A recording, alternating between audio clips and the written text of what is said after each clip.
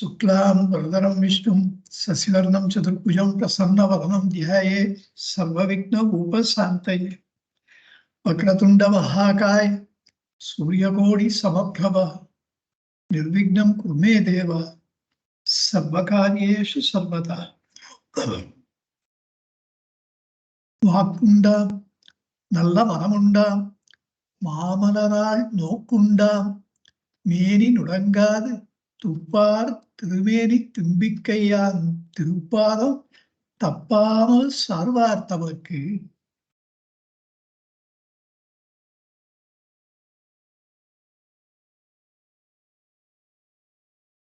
அகத்தாமரை மலர் மீதுரை அருணாச்சல ரமணன் நகைத்தான் முறவிழித்தான் அரசெடுத்தான் எனதுயிரை மிகத்தான் அருள் சுரந்தான் என முகவாபுரி முருகன் ஜகத்தான் உயவகத்தான் முறை திருவாச்சகம் நிகரே.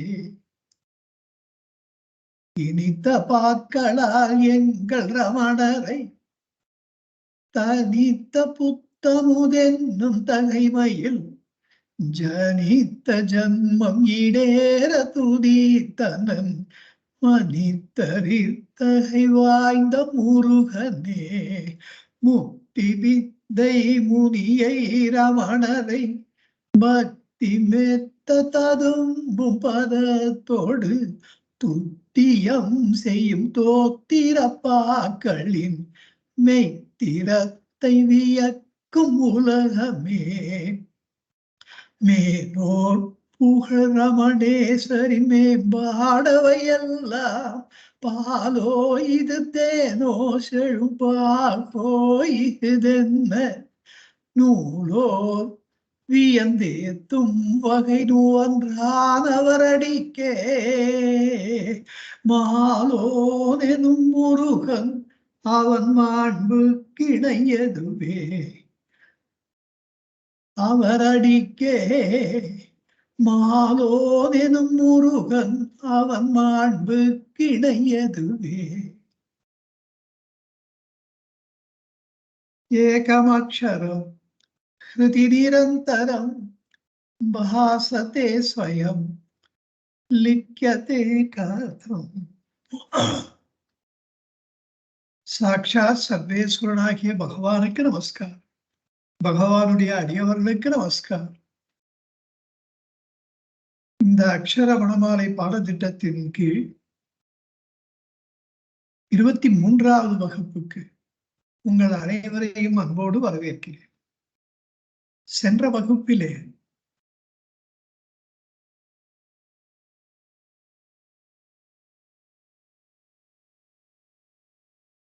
இந்த பிறவி துன்பத்திற்கு காரணமான அகந்தை மயக்கத்தை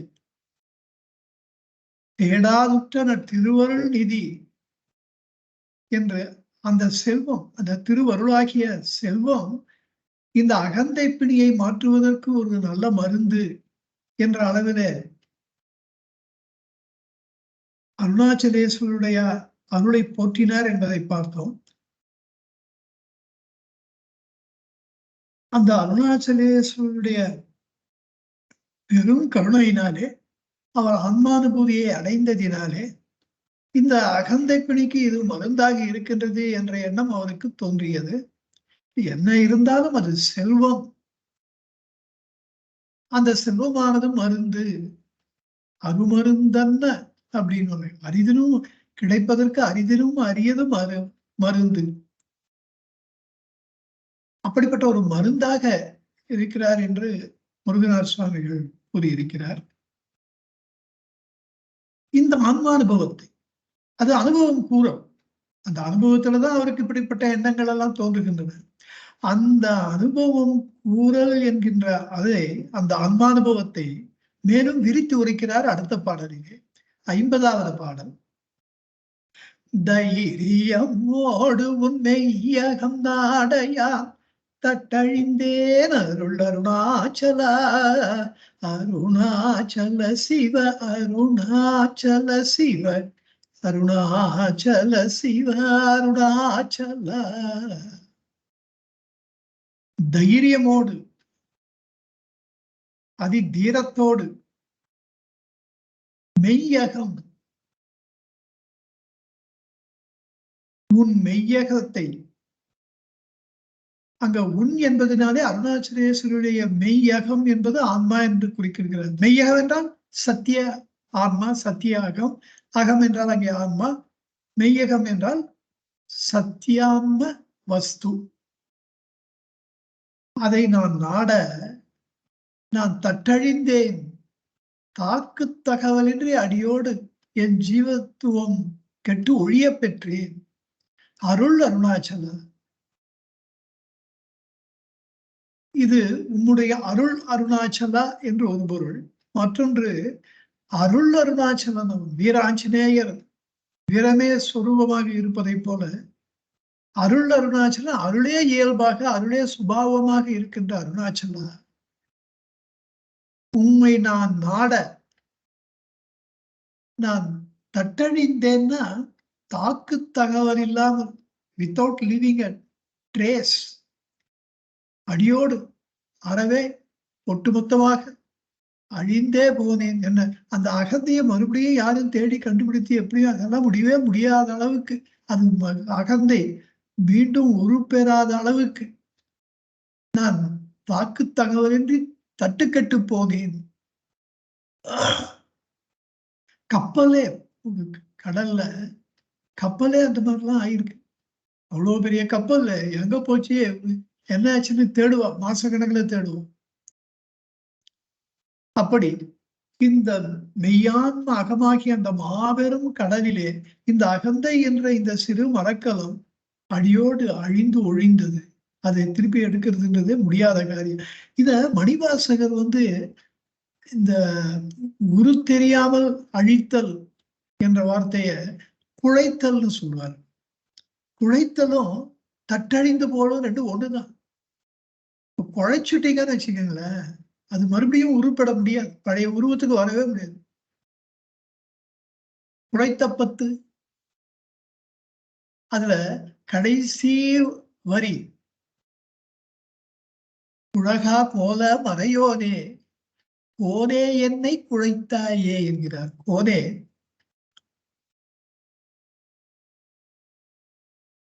அருளே புரிந்து அடியேன் அரற்றுகின்றேன் மானே திகழா நின்ற திருமேனி காட்டி என்னை பணி கொண்டாய் புகழே பெரிய பதமெனக்கு புராண நீ தந்தருளாதே குழகா கோல மறையோனே கோனே என்னை குழைத்தாயே.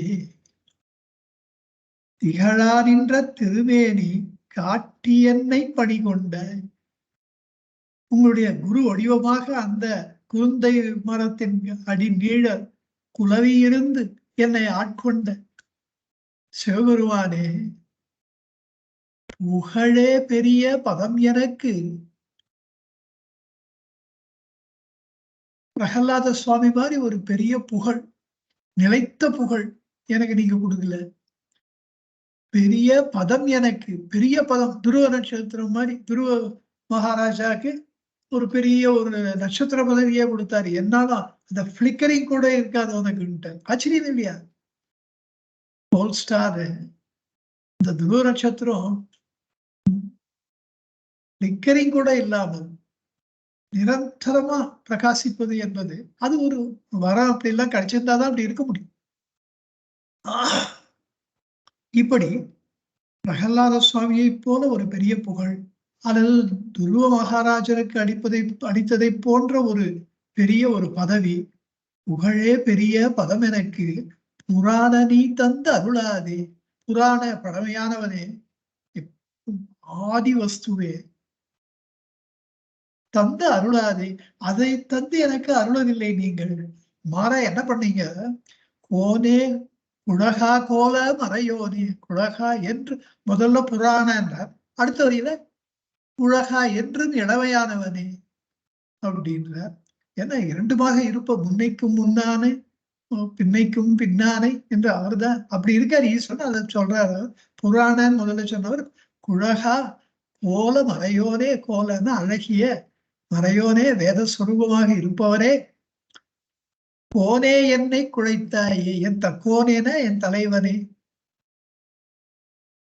என்னை குழைத்தாயே, என்ன உரு தெரியாமல் என் அகந்தையை குழைத்து விட்டாய். இப்ப யாருக்கு நீ புகழ கொடுப்ப, யாருக்கு பதவியை கொடுப்ப? அங்க அரசாங்கம் இருந்தா தானே ஏதாவது பண்றதுக்கு. இது தூய தமிழ் மொழியை மட்டும் வச்சு பொருள் பார்த்தா அந்த பொருள் நமக்கு தெரியாது. குழைத்தல் என்பதற்கு அடியோடு வேறறுத்தல், உரு தெரியாமல் அடித்தல், மீண்டும் அது உருப்பட எழாமல் தடுத்தல், அது மீண்டும் உருப்பட்டு எழுவதை அசாத்தியமாக்குதல், அதுதான் குழைத்தல்.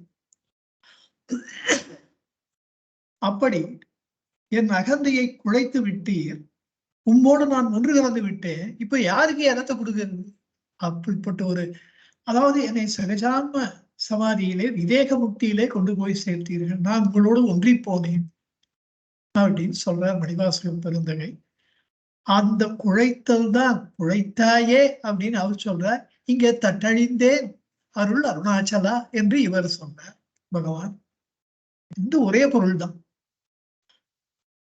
வேதாந்த கருத்துக்களுக்கு தமிழ் மொழி, தமிழ் புலமை இருந்தால் மட்டும் போராதுன்றதுக்காக இந்த ஒரு உதாரணத்தை நான் கொடுத்தேன். மணிவாசகர் சொல்றது பாருங்க, பகவான் சொல்றது அவர் சொல்றது எவ்வளவு பொருத்தமா இருக்கு. அதுக்காக அந்த ஒரு வேதாந்த இன்பத்தை நீங்க ரசிக்கணும்ன்றதுக்காக சொன்ன சொல்லழகு இருக்கு, பொருள் அழகு இருக்கு.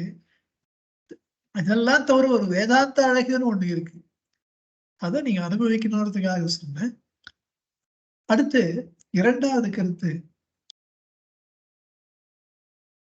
நான் தட்டழிந்து போனேன். எது தட்டழிந்து போனது? அடிப்படை ஆதாரமாக இருப்பது அழிவே அழியாது. தட்டழிந்து போனது அந்த அடிப்படை ஆதார வஸ்துவின் மீது ஆரோபிக்கப்பட்டது. ஆரோபம்னு என்ன சொல்றது? That one which is imposed. இப்ப கயிறு ஆதாரம், சர்ப்பம், பாம்பு, நம்ம பார்க்கிற பாம்பு வந்து அதுல ஆரோபிக்கப்பட்டது, அது மேல் ஏற்றப்பட்டது. அப்படி என்னுடைய அத்துவித உண்மையாக திகழ்கின்ற என்னுடைய ஆதார அதிஷ்டான என்னுடைய இதயத்திலே விளங்குகின்ற அந்த ஆன்ம வஸ்துவின் மீது ஆரோபிக்கப்பட்ட இந்த அகந்தை அழிந்தொழிந்தது, அப்படி ஒரு அர்த்தம். மூன்றாவது, அகந்தை அழிய பெற்றது அருணாச்சலேஸ்வருடைய அருளாலே என்பதனாலே அருள், இது உன்னுடைய அருள் அருணாச்சலா என்கிறார். இந்த அருள் என்பது முக்காலம் பொருந்த வினைத்தொகையாக கொண்டால் அருளிய, அருளுகின்ற, அருள போகின்ற என்று வைத்துக் கொண்டால் அந்த அருளே மொத்தத்துல அருளே சுபாவமாக இயல்பாக அருள் வடிவினனாக இருக்கின்ற அருணாச்சலா என்று சொல்கிறார். நான்காவது பொருள். ஐந்தாவது, இந்த அகந்தை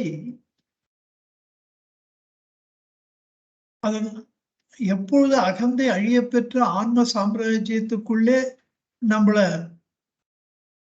அனுமதிக்கின்றாரோ இந்த அருணாச்சலேஸ்வரர், அப்பொழுது இந்த அகந்தை போட்டி, அதாவது நம்முடைய முயற்சியினாலே நாம் செய்த முயற்சிகள் அத்தனையும் அடிச்சுவடுகள். அகந்தை அழிக்கப்படும் போது அந்த அடிச்சுவடுகளையும் இறைவன் அழித்து விடுகிறார். இதைத்தான் இவர்கள் வேதாந்தத்துல மமகாரம், அகங்காரம் என்பார். அகங்காரம் என்பது நான் என்பது, அதனுடைய அழிவு. இந்த நானே அழிந்து போனால், அகந்தையே அழிந்து போனால் மமகாரம், அதாவது என்னுடையது என்பது எங்கே இருக்கும்? ஆகவே அந்த அடிச்சுவடுகளை அழித்து விடுகிறார் பகவான். ஏன் அழிக்கிறார்னா, இந்த நான் என்கின்ற இருப்பு உணர்வை நமக்கு கொடுத்து அந்த ஒரு நூலை பற்றி கொண்டு நாம் ஒற்றிக்கொண்டு அப்படியே சென்றால் அந்த நான் என்று எண்ணிக்கொண்டே இருக்கும் பொழுது அது அந்த பரமாத்ம வஸ்துவிலே கொண்டு போய் நாம் சேர்ந்து விடுவதற்கு அது உதவி செய்கின்றது. நமக்கு இருக்கின்ற அறிவு அந்த நான் என்கின்ற இருப்பு உணர்வை கெட்டியாக பற்றி கொள்கின்ற ஒரு மோப்ப சக்தியாக இருக்கின்றது. ஒரு நாய் தன் எஜமானனை போய் அடைந்து விடுவதைப் போல இந்த நான் என்கின்ற உணர்வை மோப்ப சக்தியை கொண்டு நாம் நம்முடைய எஜமானனாகிய ஆன்ம வஸ்துவை சென்று அடைந்து விடுகிறோம். அப்பொழுது நம் மீது வைத்த ஒரு பெரும் கருணையினாலே அந்த அடிச்சோடுகளை இறைவன் அழித்து விடுகிறார் என்பதுதான் தட்டழிந்து போதல் என்பதற்கு பொருள். அப்பதான் அகந்தை மறுபடியும் முளைக்காது. இல்லைன்னா எப்படியாவது எந்த விதத்திலாவது அது மீண்டும் முளைத்துவிடும். அதனால இறைவன் அவ்வாறு அடிச்சோடைகளோடு அழித்து விடுவது என்பதுதான் வேறறுப்பது. இதை தட்டழிந்தேன் என்ற வார்த்தையினாலே இங்கே கூறுகின்றார். இதை அப்பர் பெருமானும் அவருடைய பாடல் ரொம்ப பிரசித்தமான பாடல். அதை படிக்கும் போது எனக்கு இந்த அர்த்தம் தோணித்து. அவர் அப்பர் பெருமான் இந்த ஒரு அடிச்சுவடுகளை இறைவன் அவரை பொறுத்தவரையிலே அழித்து விட்டார் என்பதைத்தான் அவர் கூறுகின்றார் என்பது எனக்கு தோன்றியது.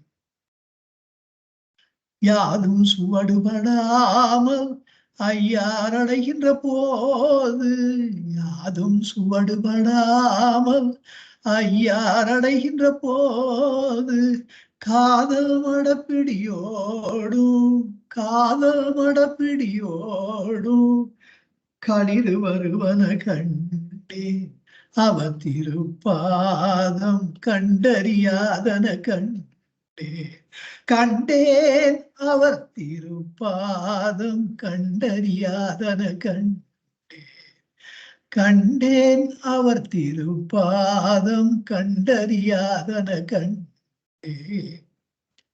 யாதும் சோடுபடாமல் இந்த இறைவன் நான் ஒட்டி வந்த என்னுடைய சோடுகளை எல்லாம் அழித்து விட்டதினாலே இந்த சோடுகள் அழிந்த நிலையிலே ஆன்ம சாம்ராஜ்யத்துக்குள்ளே நான் அடியடித்து வைத்தேன்.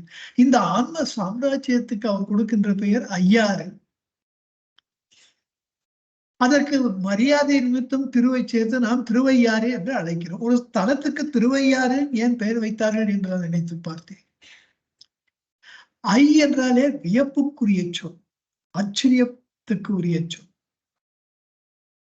ஆறு என்பது வழி. ஆறு என்பதற்கு அது காட்டு மலையிலே உற்பத்தியாகி காட்டிலே தனக்கென்று ஒரு வழியை ஏற்படுத்தி கொண்டு செல்வதினாலே அது ஆறு.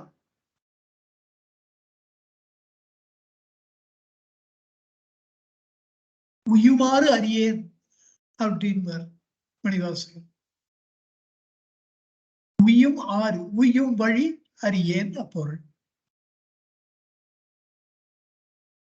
இங்கே ஐயாறு என்றால் ஆச்சரியத்தை நமக்கு கொடுக்கின்ற ஒரு வழி.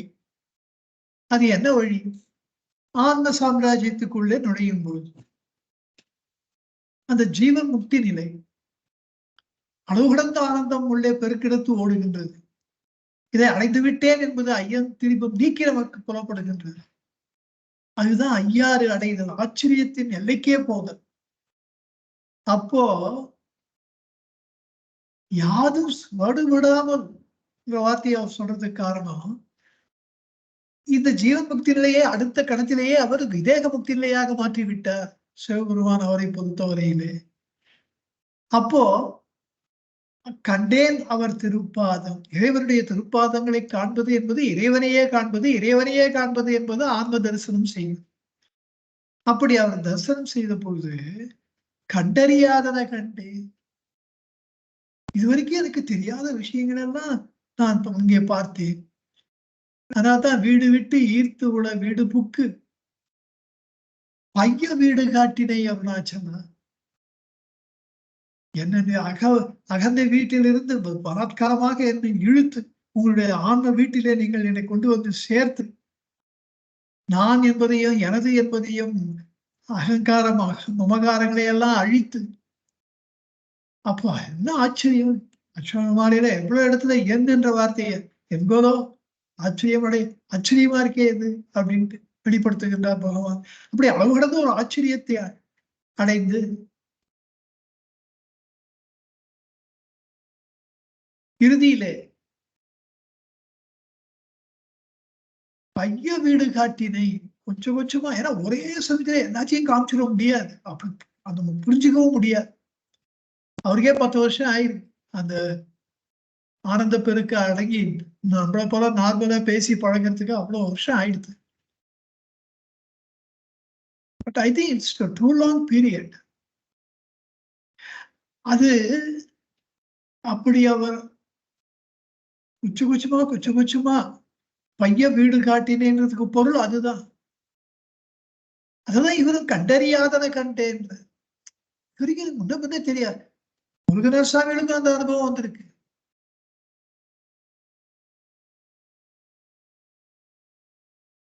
உங்களை சேர்ந்த வைகல்வாய் காணொணாத காட்சி பண்பல காட்டினாய் மனக்கண்ணுளே பூடொணாத காட்சி பண்பல காட்டினாய் மனக்கண்ணுளே. காட்சி பதிகத்துல எப்படியெல்லாம் எங்களுக்கு காண்பித்து கொடுத்தீர்கள்.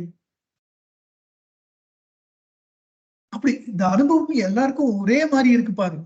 கொச்சமா தான் தெரிகிறது. அதுல ஆழ்ந்து போதல், மூழ்கி போதல், அந்த சுகத்தில மயங்கி இருத்தல், சோம்பியா இருத்தல், சலியாதிருத்தல், இப்படியெல்லாம் அது அப்பர் பெருமான் அது ஆச்சரியத்தோடு அவரும் அதே தான் வெளிப்படுத்துகின்றார். ஐயாறு அடைகின்ற போது எனக்கு ஆச்சரியப்படும்பதற்கு ஒரு வழியை ஏற்படுத்துகின்ற அந்த உலகத்திலே நான் அடைந்த போது அதெல்லாம் நம்மளுக்கு தெரியணுன்றதுக்காக தான் அவ திருவையாறு இப்ப சிதம்பரம்னு என் பேர் வச்சா. சித் பிளஸ் அம்பரம், சித் ஆகாசம், சைத்தன்ய ஆகாசம். அந்த நம்மளுடைய இருப்பு உணர்வு நீ இந்த உடல் மட்டும் அல்லப்பா, மனம் மட்டும் அல்ல, நீ அந்த ஆன்ம வஸ்து. அதை நமக்கு ஞாபகப்படுத்துறதுக்கு தானே அந்த சிதம்பரம்னு பேர் வைக்கிற ஒரு ஊருக்கு. நம்ம பெரியவாள்லாம் எவ்வளவோ நாம் நன்றி கடன்பட்டிருக்கிறோம். திடீர்னு சிதம்பரம் ஊருக்குள்ள போனா சட்டம்னு நமக்கு தோன்றது. இந்த சிதாகாச பெருவழியில நம்ம வந்திருக்கோம். அந்த ஆகாசத்தலம்ட்டாத கொண்டு எப்படி கோத்து வச்சிருக்கா எல்லாம் அனுபவம். அது மாதிரிதான் இந்த திருவையார். அந்த திருவையாறிலே அவர் அடைந்த ஆச்சரியத்தை தான் அவர் கண்டறியாதன கண்டேன் என்கிறார். அதுவும் யாதும் சுவடுபடாமல் என்கிறார். இதெல்லாம் அக்ஷரமாத பட்சாதான் புரியும் அவருடைய அனுபவம், பகவானுடைய அனுபவம். இதுதான் எனக்கு ஆச்சரியமா இருக்கு. 6வது நூற்றாண்டிலே வாழ்ந்த அப்பர் பெருமானுடைய ஆன்மானுபவமும் 20வது நூற்றாண்டிலே வாழ்ந்த பகவானுடைய அனுபவமும் ஒரே மாதிரியா இருக்கு. கொஞ்சம் கூட வித்தியாசம் இல்லாமல் இருக்கு. என்னை பொறுத்த வரைக்கும் நம்மளை பொறுத்த வரைக்கும் சொல்லிக்கலாம். பகவான் அனுபவிச்சு இத பைய வீடு காட்டினு சொன்னதுனால இதுக்கெல்லாம் ஒரு பொருள் வருது. இல்லைன்னா அப்பர் பெருமான் சொல்ற வார்த்தைகள் காகிதத்துல வார்த்தைகளா தான் இருக்கு, பிடிபடாது. பகவானை பத்தி புரிஞ்சுக்கும் பொழுதுதான் தேவாரமே புரியும். அப்பர் பெருமானை புரிஞ்சுக்க முடியும், ஞானசம்பந்த மூர்த்தியை புரிஞ்சுக்க முடியும், சுந்தரரை புரிஞ்சுக்க முடியும். நிறைய உதாரணங்கள் நான் உங்களுக்கு சொல்ல முடியும் அக்ஷரவணம் மாலை. அதெல்லாம் சொல்லிட்டே இருந்த நேரம் போதாதுன்றதுனாலதான் அந்த பக்கம் போறதில்லை. தேவாரம் திருவாச்சகம் பக்கம் போன ரொம்ப நேரம் ஆகும். அதெல்லாம் நீங்களே படிச்சுக்கணும். தேவாரம் படிக்கும் போது நீங்க பகவானுடைய இந்த தத்துவார்த்தங்களை அதில் அப்ளை பண்ணி பார்க்கணும். பார்த்தா உங்களுக்கு புதுசா பொருள் புரியும். இனி 6வது பொருளாக வேண்டுதல். என்னுடைய தைரியமோடு நான் என் உறுதியால் முன்னாடி ஒரு ஜீவபோத அகந்தை முனைப்போடு ரொம்ப முயற்சி செய்து பிரயத்தனம் செய்து உன்னுடைய உண்மையான சொரூபத்தை என்னுடைய இதயத்திலே தைரியமோடு மெய்யகம் நாட எனக்கு உள்ளே ஆழ்ந்து போய் எப்படியாவது ஒன்றை கண்டுபிடித்து விட வேண்டும். கடைசியில திரும்ப விட்டேன் அருணாச்சலாண்டார் அங்கு தீரமிலகத்தில் தேடி. அப்படி அந்த முயற்சி கெட்டு போய் அதுல நான் டோட்டலா ஃபெயிலியர் ஆயிட்டேன். அதனால கண்டுபிடிக்க முடியல. அது வீண் முயற்சியாக போய் இனிமே என்ன பண்றதுன்னு செய்வதறியாமல் என்னுடைய அறிவாற்றலும் செயலு இழந்து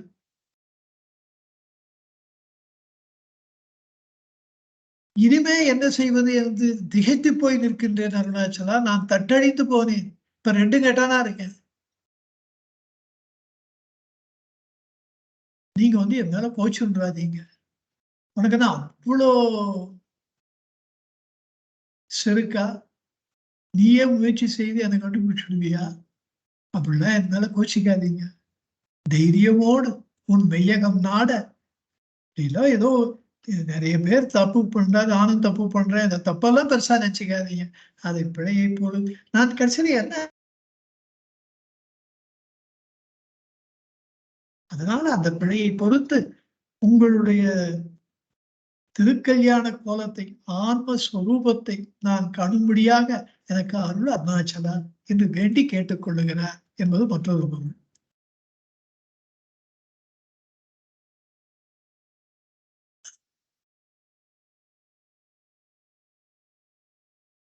மேலும் ஒரு பொருள்,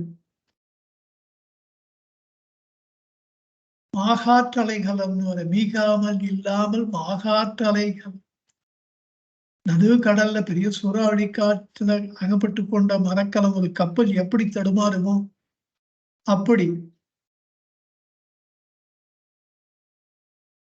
இந்த சம்சார கடல் என்கின்ற இந்த கடலிலே அகப்பட்டு என்னுடைய ஜீவ பலத்தை மட்டும் நம்பி இந்த வஸ்து தரிசனம் செய்யணும்னு நான் செய்ய முயன்றதால் அனாதி வாசனைகளாகிய அந்த வாசனைகள் என்கின்ற அந்த கடும் புயலிலே சிக்கி தாறுமாறாக தாக்கப்பட்டு நெஞ்சுடைந்து போனேன், தட்டழிந்து போனேன் என்று அதையெல்லாம் சொல்றதுக்காக தாக்கு தகவலிலே அழிந்தேன் என்று அப்படி என்ன ஒரேடியா அழிமுடியா விட்டுறாதீங்க அப்படின்றதுக்காக அப்படி நான் தட்டழிந்து போனேன் என்ற உண்மை நிலையை அருணாச்சலேஸ்வரத்திலே தெரிவித்துக் கொள்ளுகிறாராம் பகவான். இவ்வாறு தன்னுடைய நிலைமை ரொம்ப ரொம்ப மோசமா போயிடுத்து. இந்த மாத்திரை, கேப்சியூலு, டேப்லெட்டு இதெல்லாம் சரியாகாது. என்னை ஸ்ட்ரிக்ட் ஐசியூல போய் அட்மிட் பண்ணி என்னை காப்பாற்றணும் நீங்க. அந்த மாதிரி நிலைமைக்கு நான் வந்துட்டேன் இப்போ. நீங்க டைரக்டா என்னை தொட்டு, என்னை தூக்கி, என்னை அப்படியே கட்டிண்டு, உங்களுடைய சக்தியெல்லாம் உடம்புல பாய்ச்சி டைரக்டா டிரான்ஸ்பியூஷன் பண்ணாதான் இது தேரும். வேற வழி இல்லை அருணாச்சலா அப்படின்றத அடுத்த பாடலிலே கூறுகின்றார். தன்னுடைய மிக மிக மோசமான நிலையை அவர் சொல்ற விதம் கல்லும் கரிந்திருக்கும் வகையிலே பேசுகின்றார், வேண்டுகோள் விடுக்கிறார் பகவான். சரி, இந்த மாதிரியான பாடல்கள் வேண்டுகோளாத்தான் இருக்கும், வேற மாதிரி சொல்லவே முடியாது. 51வது பாடல். தொட்டருட்கைமை கட்டிடால் எனில் யான் நட்டமாவேன் அருள் அருணாச்சலா. அருணாச்சல சிவ அருணாச்சல சிவ அருணாச்சல சிவ அருணாச்சல. தொட்டு அருட் கைமை கட்டிடா எனில்,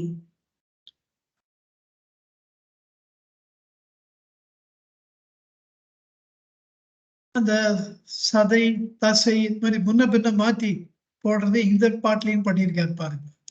தொட்டு அருள் மெய் கை கொண்டு என்னை கட்டிடா எனில், தொட்டு அருள், அந்த கை மெய்ன்றது மெய் கைன்னு மாறணும். ஆனா செயல் நடை ஒட்டி அவர் இப்படி மாத்திருக்காரு. Absolutely allowed, that allowance is there. இதெல்லாம் தான் எனக்கு ஆச்சரியமா இருக்கும். பகவான் 16 வயசுல எங்க போய் இவ்வளவு பெருசா எல்லாம் தமிழ் படிச்சார். அது யூஸ் பண்ணி இருக்கிற ஒரு வார்த்தையை விடுங்க, ஒரு எழுத்த மாத்த முடியாது ஆக்சுவலா. அப்படி ஒரு பர்ஃபெக்ஷன். முருகனார்கிட்ட சொன்னப்போ கணக்கம்மா கேட்டா, கணக்கம்மா சொன்னது, அப்ப முருகனார் சொன்னாரா, நீ வேறம்மா, அங்க பகவான் கவிதை எழுதுறன்னு உடனே சரஸ்வதி தேவி இந்த மாதிரி சந்தர்ப்பம் நம்மளுக்கு வாழ்க்கையில கிடைக்குமா அப்படின்னு ஓடோடியும் அவருக்கு பணிபுரிஞ்சா ஏன் வார்த்தைகள் சரியா வராது அப்படின்னு கேட்டா, நாமகளே பணிபுரிந்தா அதுக்கு மேல சொல்றதுக்கு என்ன இருக்கு. அவருக்கு அத்தாரிட்டேட்டிவ், அவருக்கு அத்தாரிட்டி அதிகம். ஒரு கண் அசைவல பண்ணுன்னா நடக்கும் காரியம். அவ்வளவு ஒரு சக்திமான் பகவான். அவர் அதெல்லாம் காமிச்சிக்காம எளிமையா வாழ்ந்து நம்மளுக்கு காமிச்சிருக்காரு. ஆற்றுவார் ஆற்றல் பணிதல், அது அவர் மாற்றாரை வெல்லும் படையினர் வள்ளுவர். அதனாலதான் ஆற்றுவார் ஆற்றல், ஒரு காரியத்தை செய்து முடிப்பவர்களுடைய ஆற்றல் சக்தி பணிதல். அவர் எல்லோருக்கும் பணிந்து போவதனால எல்லாரும் அவருக்கு ஹெல்ப் பண்ணணும்னு சொல்லி பண்ணி ஒரு காரியத்தை நல்லா பண்ணி முடிக்கிறார். எல்லாரும் சேர்ந்துக்கிறார் அவர் கூட. அதுக்கு ஆகுது அவர் மாற்றாரை வெல்லும் படை. அந்த பணிந்து போதல் என்பது அவர் மாற்றாரை, அவர்களுக்கு எதிரான கருத்துக்களை கொண்டவர்களையும் கூட அவர்கள் வென்று விடுகின்ற படைன்னா ஆயுதம். அந்த பணிதல் அவர்களுக்கு ஆயுதமாக இருக்கிறது. அப்படித்தான் பகவானுக்கு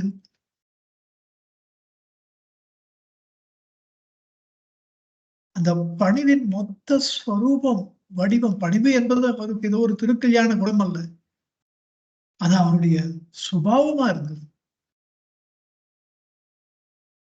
அப்படி நாமகளே வந்து பணிபுரிவதற்கு காரணம் அவருடைய எளிமையும் அடக்கமும் தான். சர்வேஸ்வரன் அவர் அதிகாரம் பண்ண மாட்டாரான்னு குஞ்சுசாமி இல்ல சொன்னார். எங்களுக்கெல்லாம் பகவான் ஏதாவது ஒரு வேலை சொன்னார்னா என்னுடைய புலகாகிதம் அடைஞ்சிடும். சொல்ல மாட்டாரான்னு காத்துட்டு இருப்போம். அவரா சொல்லவே மாட்டார். அவரால் முடிஞ்ச காரியத்தை அவரு தான் பண்ணுவார். அப்படி இந்த தொட்டு அருட்கை மெய் கட்டிடா எனில், நீ என்னை தொட்டு உன்னுடைய அருட்கையினாலே தொட்டு என்னுடைய ஜீவபோதம் முழுவதுமாக அழிந்து போகும்படி, ஒழிந்து போகும்படி என்னை கட்டி, அந்த அகந்தை செயலற்று செயல் இழந்து போகும்படியாக கட்டி போட்டுருங்க என்ன அப்படின்னு நீ பண்ணாட்டா, யான் நட்டமாவேன், நான் நஷ்டமாவேன். அகந்தை அழியாமல் இருந்தால் இறுதியில இந்த பிறவி பயனாகிய ஆன்ம வஸ்துவிலே ஒன்று கலப்பது என்பது நடவாமல் நான் இந்த மனித பிறவி எனக்கு கிடைத்த இந்த பிறவி எனக்கு நஷ்டமாயிடும், நானும் நஷ்டப்பட்டு போவேன் என்று சொல்கிறார். மேலும் நீயே என்ன கட்டு, நீதான் பண்ணணும் அப்படின்றதுனால தன்னுடைய சக்தியின்மையை தெரிவித்துக் கொள்கிறார். என்னால முடியல, ஆனா நீங்க தான் பண்ணணும் அப்படின்ற இந்த மாதிரி தன்னுடைய சக்தியின்மையை, நான் ஒரு அபலை, நீங்க தான் என்னை காப்பாற்றணும் அப்படின்ற இந்த பாட்டுல துப்பறிவில்லா இப்பிறப்பெண் பயன் 46வது பாடல்ல சொன்ன மாதிரி இந்த பாடல இந்த பிறந்த பிறவியின் பயனை இழந்து வீணாக நான் நஷ்டப்பட்டு போவேன் அப்படின்னு சொல்லும் பொழுது பரிபூரண ஞானி, ஞானத்தை அடைந்த நிலையிலே இருப்பவர் இந்த பாட்டுல முழுக்க முழுக்க அடியவராகவே மாறிவிடுகிறார். நம்மை போன்ற ஒரு அபலையாக, சக்தியற்றவராக, நமக்காக அருணாச்சலேஸ்வரத்தை வாதாடுபவராக, அருணாச்சலேஸ்வருடைய அந்த கடமையும் பொறுப்பையும் அவருக்கு ஞாபகப்படுத்துவதாக நமக்காக அவர் வேண்டிக் கொள்கிறார். அவ்வாறு நமக்காக வேண்டும் போது ஒரு அடியவராகவே அவர் மாறிவிடுகிறார். அப்படிப்பட்ட பாடல் இது. இந்த பாடல்ல நாயகி பாவத்துல ஒரு தலைவரை பார்த்து என்னை தொட்டு ஆலிங்கனம் செய்து இப்படி எல்லாம் பண்ணாட்டா நான் என்னுடைய பிறவி அப்படின்னு சொல்லி அர்த்தம் சொல்றவாளும் உண்டு. இந்த மாதிரி தொட்டு ஆலிங்கனம் செய்து ஒரு அவருடைய அருணாச்சலேஸ்வருடைய ஸ்பரிசத்தை, அதை ஸ்பரிச தீட்சைன்னு தான் வச்சிருக்கிறேன், அதை வேண்டினார் என்பது பகவானை பொறுத்த வரையிலும் பொருந்தாதது. ஒரு முறை என்னாச்சு,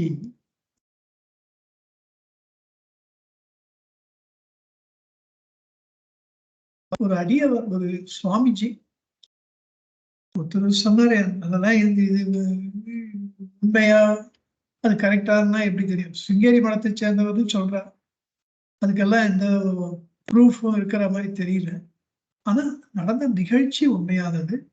அவர் ஒரு சுவாமிஜி, சந்நியாச வாழ்க்கையை மேற்கொண்டவர். பகவான் இப்படி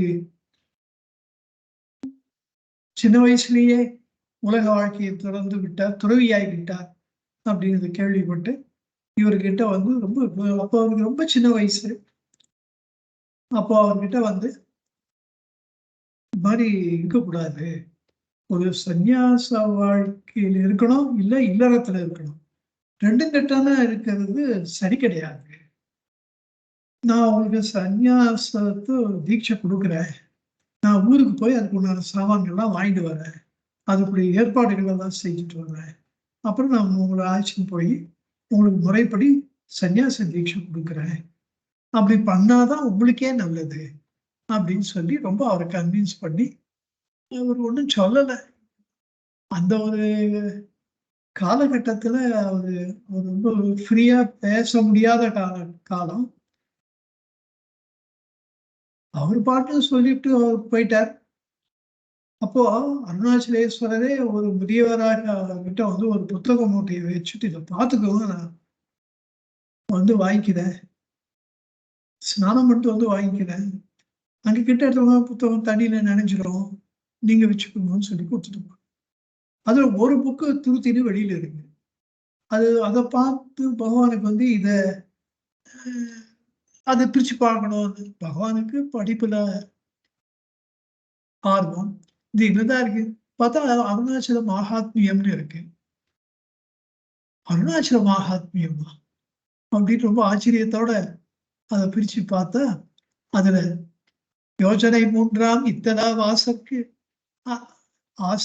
அந்த அந்த சமஸ்கிருத ஸ்லோகத்தை பகவான் தமிழ் படுத்தினார், மொழிபெயர்த்தார். அது இப்போது ரமணநூர் திரட்டலை இருக்கு. அந்த அருணாச்சல மகாத்மியத்தில் இருக்கிற அந்த 6 ஸ்லோகங்களை மொழிபெயர்த்திருக்கார் பகவான். அதுல இது 6வது பாடல்.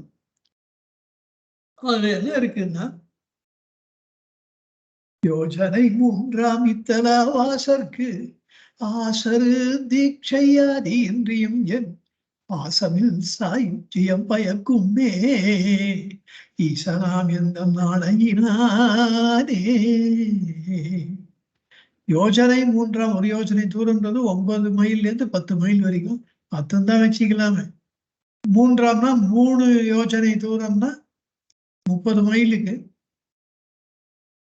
இத்தலா வாசருக்கு அருணாச்சலத்தை சுற்றி ஒரு ரேடியஸ் போட்டா, வட்டம் போட்டா 30 மைலுக்கு சுத்தி, அருணாச்சலத்தை சுற்றி 30 மைல்ல வசிப்பவர்களுக்கு ஆசரு தீட்சை யாதும் இன்றியும், ஆசருன முறைப்படி, தீட்சை எதுவுமே இல்லாவிட்டாலும் கூட என் பாசமில் சாயுஜ்யம் பயக்குமே, என்னுடைய அந்த சிவ சாயுஜ்யம், பாசமற்ற, அதாவது உலகப்பற்று, அகந்தைப்பற்று, உடற்பற்று, எல்லா பற்றும் அற்ற, பாசங்கள் இல்லாத சாயுஜ்யம் பயக்குமே, இங்க இருக்கிற இந்த இந்த தல வாசர்களுக்கு சர்வநிச்சயமாக சிவ சாயுஜ்யம், இறுதி முத்தி நிலையாகிய சாயுஜ்ய நிலை கிடைக்கும்.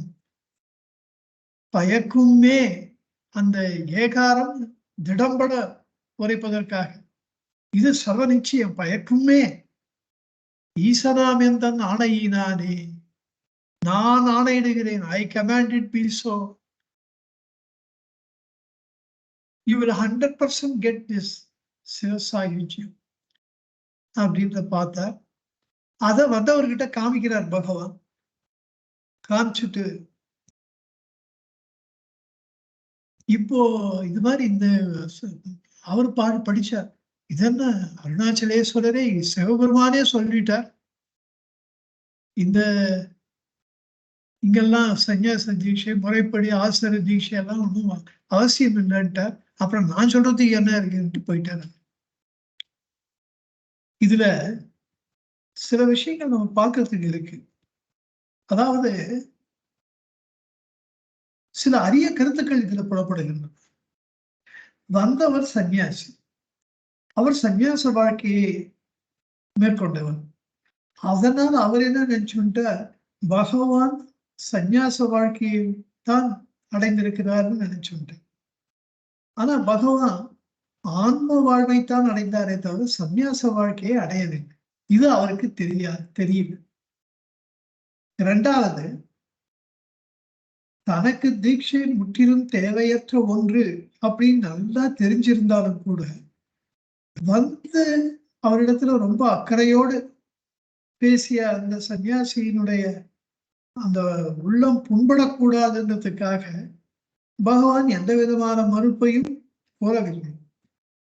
திருவள்ளுவர் சொல்ற, நஞ்சையே கொடுத்தாலும் அருந்துவர் நயத்தகு நாகரீக அப்படின்ற குரல்.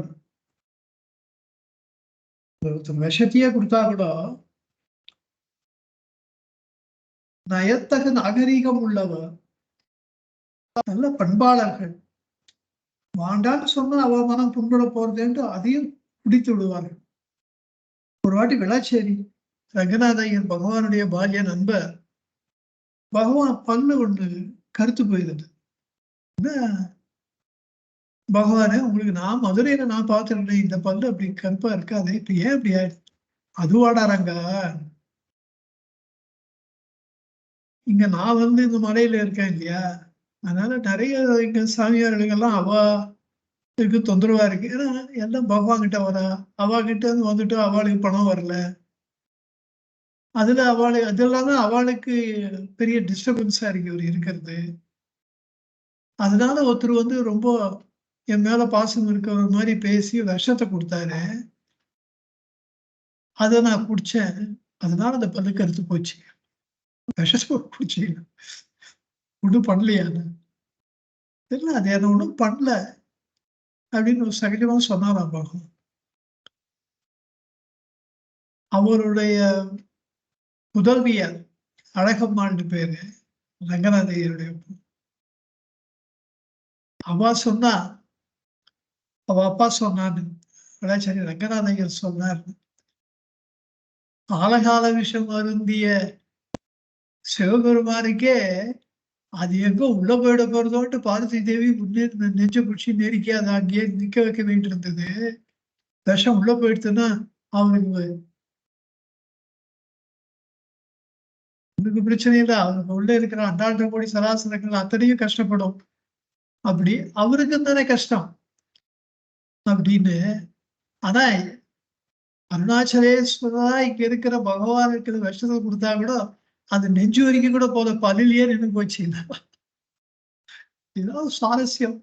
அது பகவான் சொன்னதப்போ அவ்வளவு இன்னொருத்தர் மனசு புண்படாம இருக்கணும்ன்றதுல அவ்வளவு ஒரு மென்மை, அப்படிப்பட்ட ஒரு மென்மையான மனத்தை உடையவராக பகவான் இருந்திருக்கார் தெரிகிறது.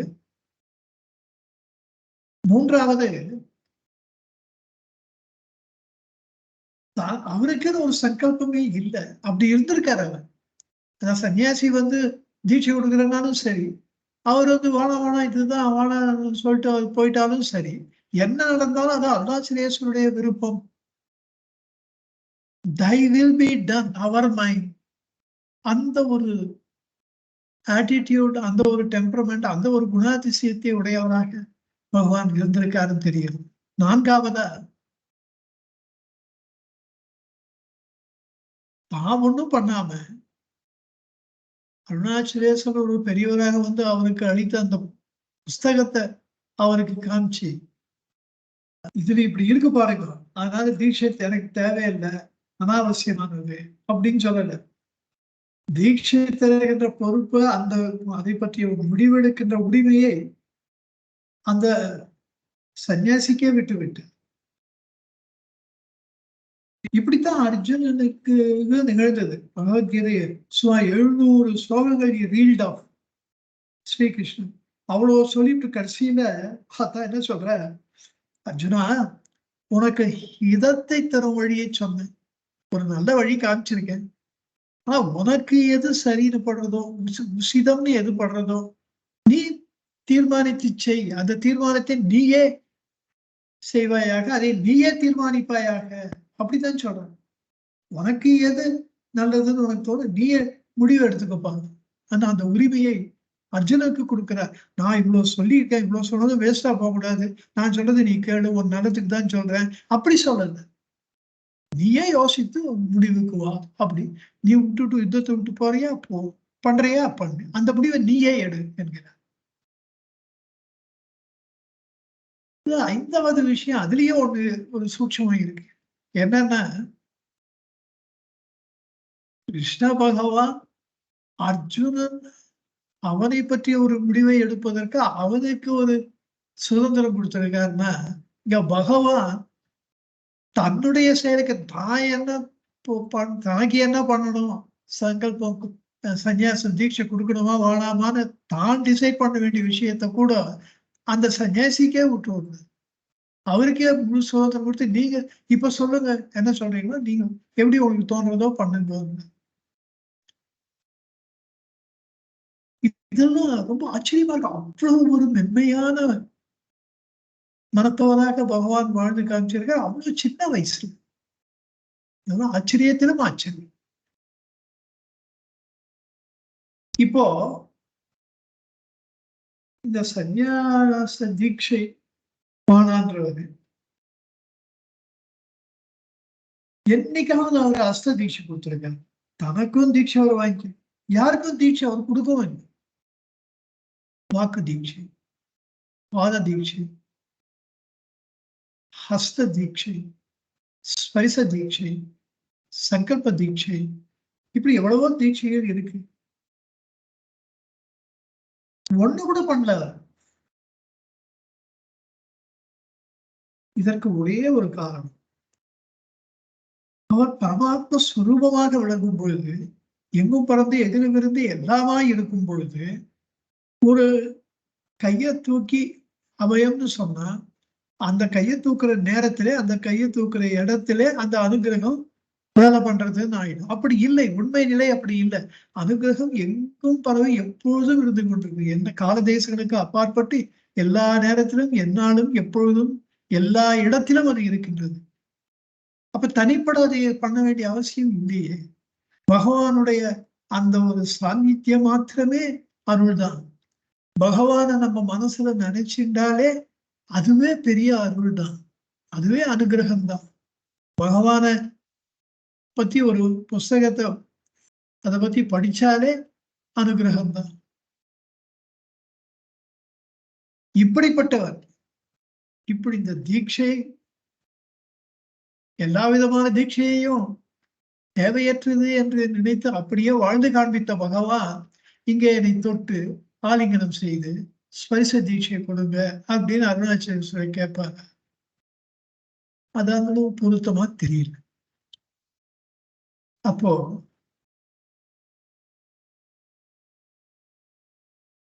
உண்மை பொருள் என்னவா இருக்கு?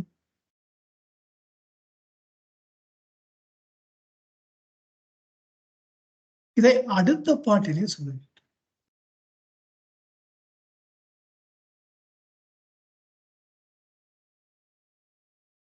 பாடம் 52. தோடமில் நீ அகத்தோடொன்றி என்றும் சந்தோஷம் ஒன்றிட அருள் அருணாச்சலா அருணாச்சல சிவ அருணாச்சல சிவ அருணாச்சல சிவ அருணாச்சல.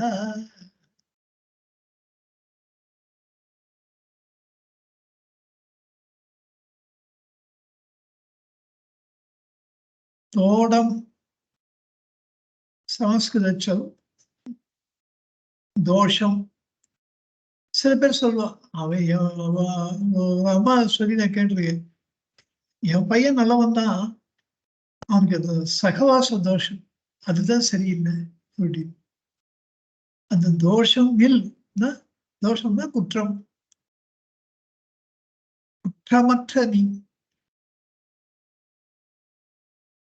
அகத்தோடு ஒன்றி என் அகந்தையை அழித்து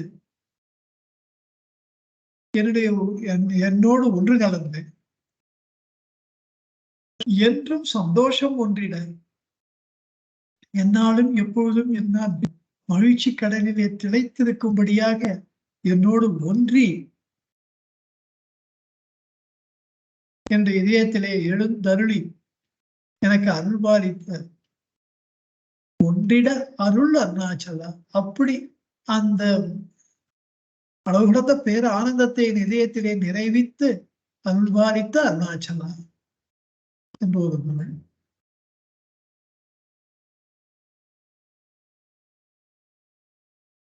இது உண்மையில பார்க்கும் பொழுது தொட்டருட்கைமை கட்டிடா எனினார் நஷ்டமாவே அருணாச்சலா என்று அவர் கல்லும் கனிந்து விழுகும்படி அவர் வேண்டி கேட்டுக்கொண்டும் பொழுது அருணாச்சலேஸ்வரன் அவரை தொட்டு ஆலிங்கனம் செய்து அவரோட ஒன்றி அத்தனையும் இதில் சொல்லிட்டாரு. இதெல்லாம் பிசிக்கல் இல்லை, இது எல்லாமே ஸ்பிரிச்சுவல். அதுதான் உண்மை. அதுதான் அந்த பொருள் தான் இந்த பாடல் 52வது பாடல் 51வது பாடலுடைய பொருள் தான். இந்த மாதிரி ஒரு சூட்சமமான ஒரு தொடர்பு நினைத்து பார்க்க பார்க்க ஒரு நமக்கு உள்ளத்திலே ஒரு அதிசயத்தை கொடுப்பது. இப்படிலாம் ஒருவர் இறைவனோடு ஒன்று கலந்து பேச முடியுமா? இறைவரே இறைவனோடு பேசினா தான் இப்படி எல்லாம் நடக்கும். கோபமில் குணத்தோய் குணமாய் பணித்தாள். இதுல தோஷம் சொல்லும் பொழுது முதற் குற்றம் என்ன? அகந்தைதான். இந்த ஒரிஜினல் சின் என்பார். முதல் பாவம் ஆன்ம நிலையிலிருந்து நழுவுகின்ற பிரமாதம் தான். அதுதான் முதற் குற்றம். அதனாலதான் அனைத்து அனர்த்தங்களும் ஏற்பட்டது. அப்படி முதல் குற்றமாகிய ஜீவபோத அகந்தை கெட்டு அழிய பெற்ற கோபமில் குணத்து குற்றமற்றனை குணமாய் பணித்தார். கோபமில் குணத்தோய். அப்படிப்பட்ட குணவான் அருணாச்சலம் அந்த 19வது பாட்டிலும் கோபமில் குணத்தோய் என்பது 25வது பாட்டிலும் அங்கே சொன்னதையெல்லாம் மீண்டும் இங்க மறுபடியும் சொல்லுகிறார். தோடமில் நீ என்கிறார். மேலும் மூலதோஷமாகிய அகந்தை அழிந்த பிறகு மற்ற அனைத்து குற்றங்களும் இல்லாம போயிடும். இங்க நான் என்பதே இல்லை என்றால், அகங்காரம் இல்லை என்றால் மோகாரங்கள் எப்படி இருக்க முடியும்? அதனால தோடமில் நீ என்று சொல்வதனாலே அருணாச்சலேஸ்வரம் சர்வகுண சம்பந்தம், சர்வ குணங்களும் நற்குணங்களும் நிரம்பியவன், ஒரு நற்குண கடலாக விழும்பவன் அப்படியெல்லாம் சொல்லுகின்றார். பின்பு இந்த தனித்துவப்பட்ட ஜீவபோதம் அருணாச்சலேஸ்வரால அழிக்கப்பட்டவுடன் அவரோடு பகவான் ஒன்று கலந்தார். அவ்வாறு ஒரு கால் ஒன்று கலந்தது எக்காலம் ஒன்று கலந்ததாக இருப்பதினாலே அகத்தோடு ஒன்றி என்றும் சந்தோஷம் ஒன்றிட அருள் அருணாச்சலன். என்னுடைய அகத்தோடு ஒன்றி என்றும் எப்பொழுதும் என்னாலும் அந்த சந்தோஷம் என்னிடத்திலே ஒன்றிட, என்னை விட்டு அந்த ஆன்ம பேரின்பம் நீங்காது இருக்கும்படியாக அருளிய அருணாச்சலன் என்கிறார். 5வது கருத்தாக வேண்டுதல். அங்கே அனுபவத்தை சொன்ன தந்தேரம், இது வேண்டுதல். தோடமில் நீ அகத்தோடு ஒன்று என்னோடு ஒன்று கலந்து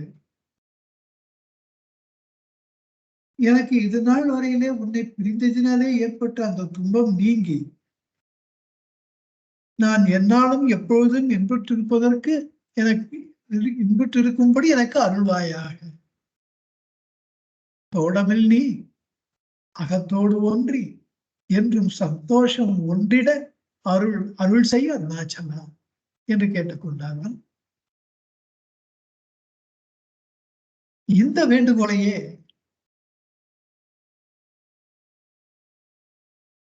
அடுத்த பாடலில் வலியுறுத்துகிறது. இந்த அருள் என்னும் வேண்டுகோளை ஒன்றி அருள் என்றும் ஒன்றிட அருள் என்றும் தனித்தனியே கூட்டி பார்த்தாலும் ஒரு சொல்லின்பம் அது. தோடவில் நீ அகத்தோடு ஒன்றி, இங்கே சந்தோடம் ஒன்றிட. இப்படி இந்த அருள் என்பது ஒன்றி அருள். தோடவில் நீ அகத்தோடு ஒன்றி அருள், அப்படி அந்த அருள் அங்க ஒரு முறை சேர்த்து பின்பு அப்படி என்னாலும் சந்தோஷம் ஒன்றிட அருள் என்று சொன்னா முடிந்த பொருளிலே பேதமே. தனித்தனியே கூட்டினாலும் இந்த பொருள் என்னோட ஒன்று கலந்து எனக்கு ஆத்ம ஞானத்தை அனுபவிக்கணும், நான் எப்பவும் ஆன்ம பேரின்பத்தை அனுபவிப்பதாக இருக்க வேண்டும் என்றது வேண்டுகோள். இந்த வேண்டுகோளை மேலும் விரித்துரைக்கிறார் அடுத்த பாடலிலே. 53வது பாடல். நகைக்கிடமில்லை நின்னாடிய எனை அருள் நகையிட்டு பார் நீ அருணாச்சல அருணாச்சல சிவ அருணாச்சல சிவ அருணாச்சல சிவ அருணாச்சல.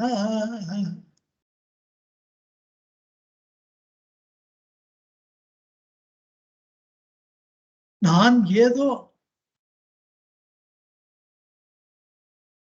என்கிட்ட நிறைய டிஃபெக்ட்ஸ் இருக்கு, அதை பார்த்து என்னை கேலி பண்ணி சிரிக்கிறதுக்கு இதுவா நேரம்?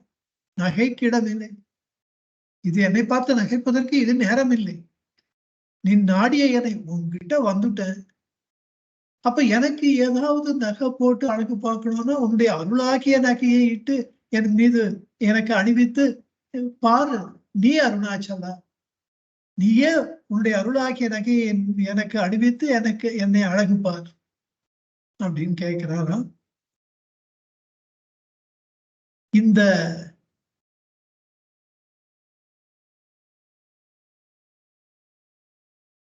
என்னுடைய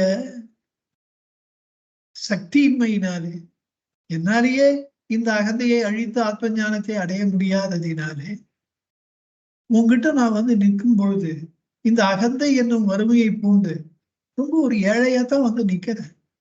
அப்ப என்னை பார்த்து நீ சிரிக்கலாமா? அப்ப என்னை பார்த்து நீ எள்ளி நகையாடலாமா? அதுக்கெல்லாம் இது நேரமா? என்னை காப்பாற்ற வேண்டியது உனக்கு பொறுப்பும் கடமையும் அல்லவா? கருணை கூர்ந்து என் மீது கொஞ்சம் உன்னுடைய அருளை காட்டி உன்னுடைய அருள் ஒன்றையே நகையாக எனக்கும் அணிவியுங்கள். இப்படி கேலியா பார்க்காதீங்க, உங்களுடைய அருள் நகையை இட்டு பாருங்க. உங்களுடைய பார்வை மாற வேண்டும். இப்படி என்னை எள்ளிநடையாடுவதற்கு இது நேரம் இல்லை. நான் ஏற்கனவே நொந்து போயிருக்கேன். என மேலும் என் மனதை துன்புறுத்துவது, மேலும் வெந்த பொண்ணிலே வேலை பாய்ச்சுவதை போல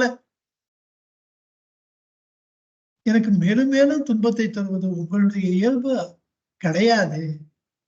என் மீது கருணை கொள்ளுங்கள் என்று கேட்கிறார்.